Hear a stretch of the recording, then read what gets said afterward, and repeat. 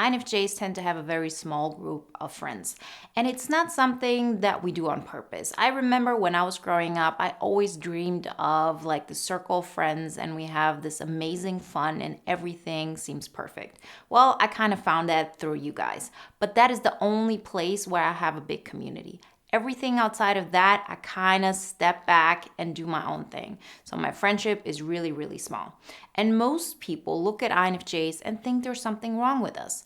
How many times have you heard from friends, oh, you're not socializing enough, or you should do more for your friends or your family, you should reach out to people. So they're INFJs who either are somehow reclusive or INFJs who are in a community but feel pressured to do more. Well, the reality is we as INFJs have a very specific approach when it comes to friendships. On the one hand, we might need less social interaction than some, but on the other hand, we need a very specific energy.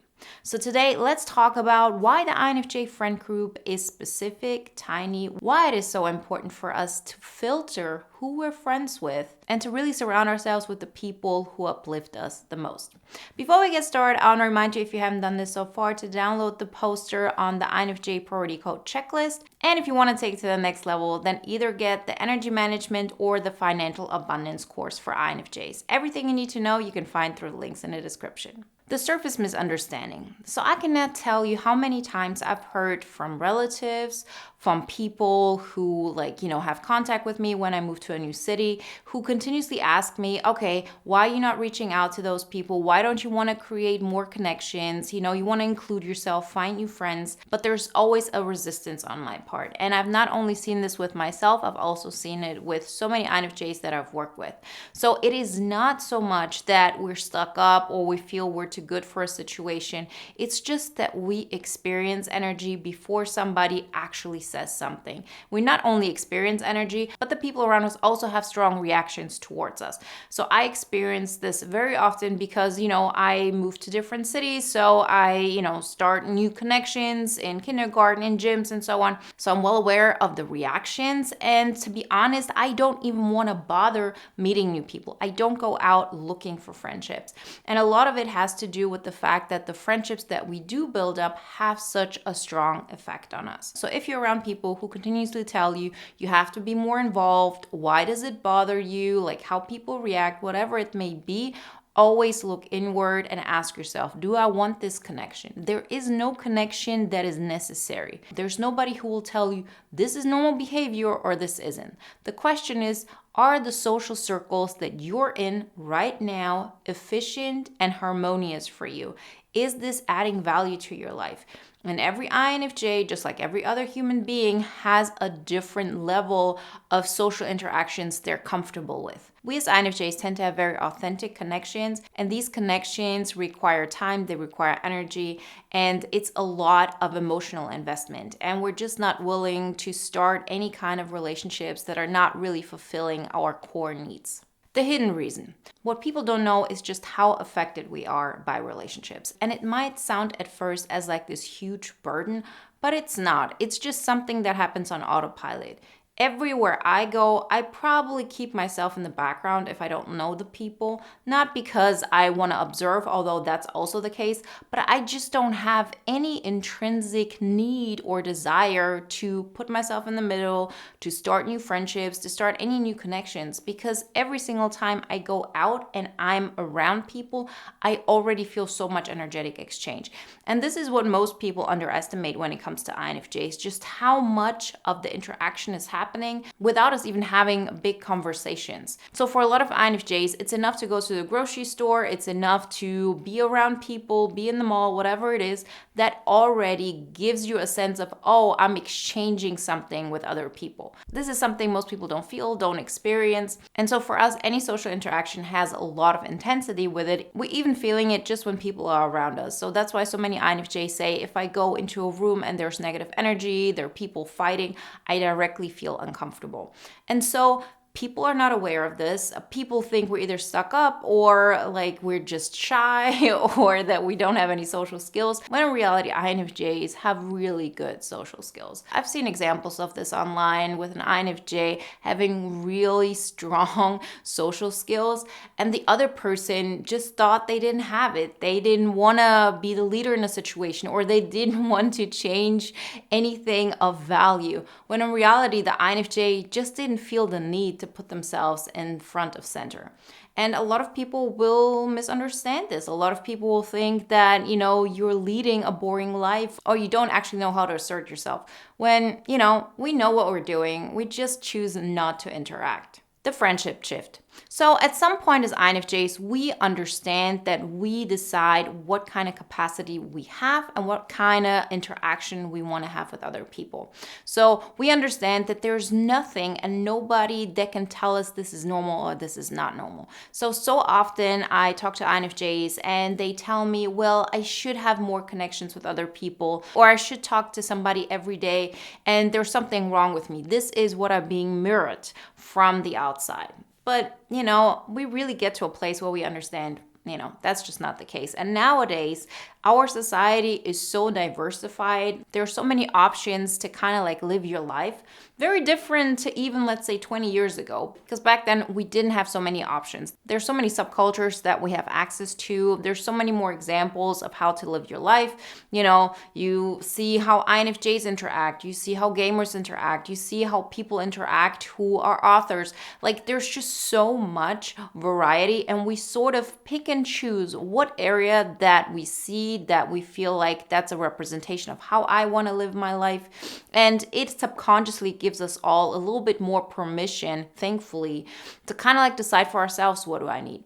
And so if you are an INFJ who says, yeah, I value my friendships, and yes, it is hard for me to maintain them, but I want to maintain them because they do give something to me, then we can proactively prioritize them in our life, but only to an extent that makes sense to us.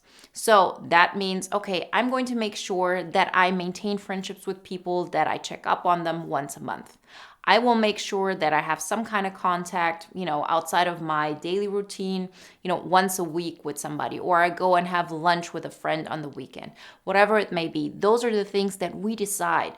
There is nobody that can tell us, no, you should have more friends, or you should be part of more social circles.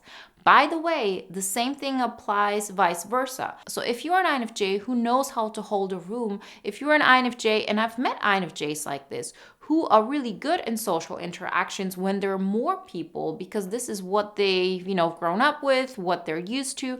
Don't listen to people telling you, oh, as an INFJ, you shouldn't have so many connections. What we want is to get to a place where we understand my friendships are supposed to energize me. This is not a place where I'm being a mentor to others only. This is a give and take.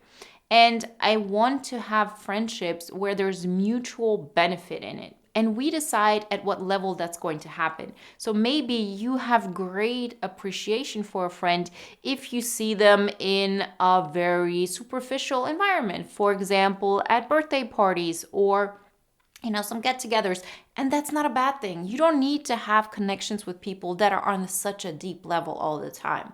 And, you can have relatives in your life that you say, it's great to see them on family gatherings, but it's not good for me to give them more access to my life, because then they become overbearing. Then they start judging me and having opinions and putting those opinions on me. You're the only one who decides what makes sense for you, what makes you happy. And there's no accolade to reach. There's no scenario where you say, oh, I need to have 5 friends in my life, otherwise something is wrong.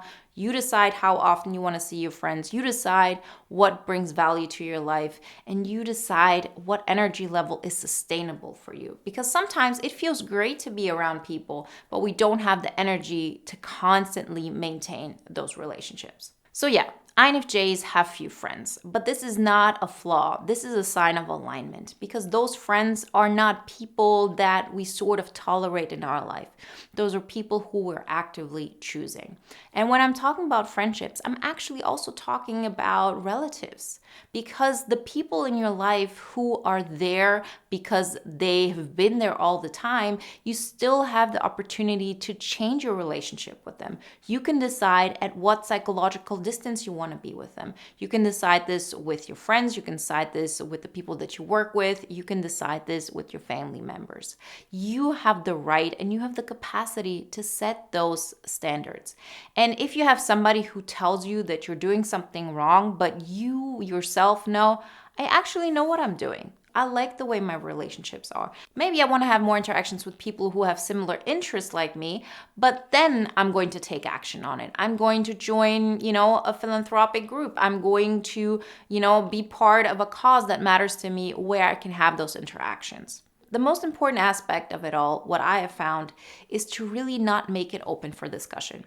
Because yes, somebody may have an interpretation or an opinion on how many friends you have, how social you are or not, but why is this even a topic of discussion? Why do they feel that they have the right to tell you this? Because we allowed people to make judgments on that. We don't have to talk about these things. We don't have to make this part of the conversations that we're having. We can talk about completely different things. And so if you are constantly in a situation where you feel like people are telling you you're doing something wrong with your social life, then most likely you don't feel that, your social life is the way you want.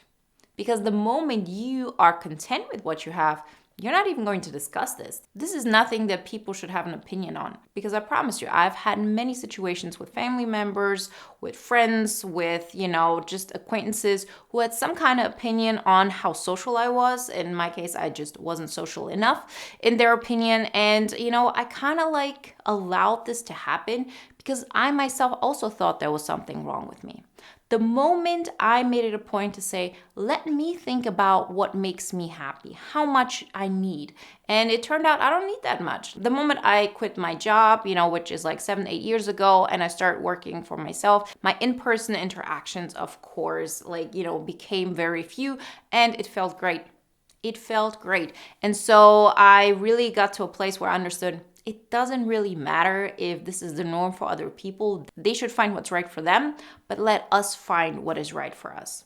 So stop judging yourself. Go more into a self-discovery journey to figure out, how many friends do I want to have? What kind of friendships do I want to have? And how am I going to contribute to maintaining this level of friendship that makes me feel good? And if you're looking for a scene, an energy that shows you, oh, the way I am is actually not so different. There are people like me. Come on over to BOOTCAMP. This is the perfect place. We're hundreds of INFJs. We're doing this together. And since we can pick up energy so easily, that energy in itself can help us to bring that out into any relationship that we have in real life. Remember, if you haven't done this before, download the free poster on the INFJ Priority Code checklist. And if you want to take it to the next level, get the energy management or financial abundance course for INFJs. Everything you need to know you can find through the links in the description. And if you want to watch another video now that is in alignment with today's topic, then check out the video you see on the screen right now. I'll see you in the next one.